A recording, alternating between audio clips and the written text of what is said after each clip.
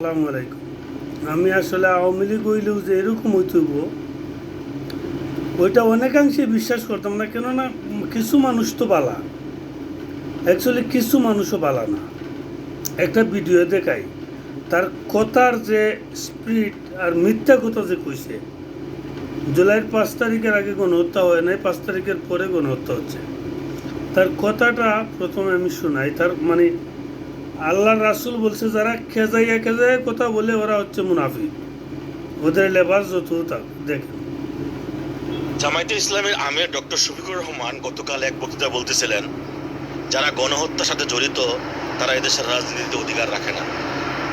আমি তার কথার সাথে তাল মিলিয়ে বলতে চাই, 71 সালে 30 লক্ষ শহীদদের রক্ত কে নিয়েছিল?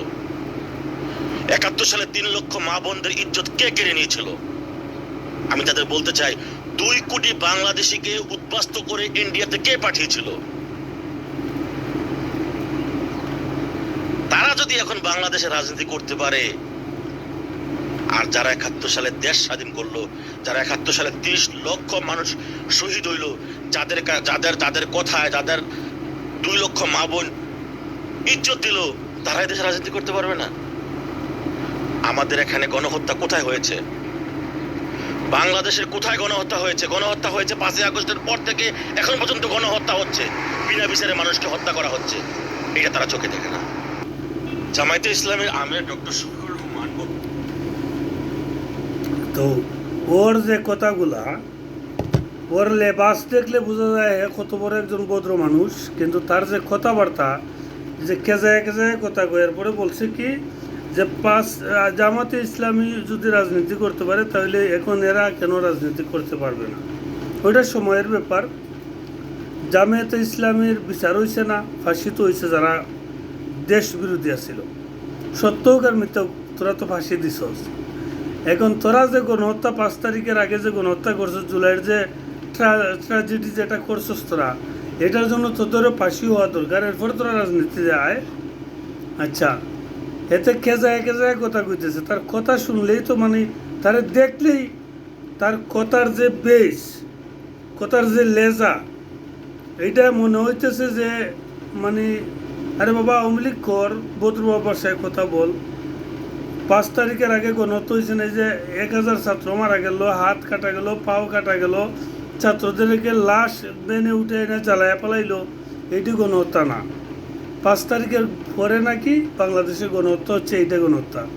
এই যে মিথ্যা কথা বলতেছে, এদের কথাবার্তার সাইজ দেখো, তার কথার সাইজ দেখো, তার বাসা দেখো কীরকম। তো মানুষ এই পর্যায়ে দাড়ি টুপি লাগাইয়া এই পর্যায়ে মিথ্যা কথা বলতে পারে, ওরে না দেখলে বোঝা যায় না। আর আওয়ামী লীগ যারা করে, ওরে একটু দেখালেন ও কোথায় থেকে কথা কইতেছে। আমার মনে হয় বাংলাদেশে থেকে কথা কইতেছে। ওরে প্রথমে না রিমান্ডে না ওরে ডিম থেরাপি দেবো, তাইলে বুঝবো গণহত্যা কত প্রকার এবং কী কী। ওরে দেখানোর দরকার। ও অন্ধ হয়ে গেছে, ওরে আল্লাহ ওর বুকের মধ্যে আল্লাহ শিলমোহর মাইরা দিচ্ছে দিলের মধ্যে, এই জন্য ওর কোনো আফসোস নাই। ও এখনও শেখ হাসিনার পক্ষে কথা বলতেছে। ওরে গ্রেফতার কইরা ইমিডিয়েটলি ওরে রিমান্ডে নিয়ে জিজ্ঞাসা করুক তারা এগুলো শিখাইছে কে। হে কি অন্ধ ছিল? জুলাইয়ের গণহত্যা 5 তারিখ পর্যন্ত তো গণহত্যাই হয়েছে। এখন 5 তারিখের পরে নাকি গণহত্যা হচ্ছে। আর খেজায় খেজায় যে কথা কয়, ওর কথা শুনলেই আমার মনে হয় গেল তার জারুদি পিটাইবার। গালিগালাজ করবো না, আর কখনো করি না।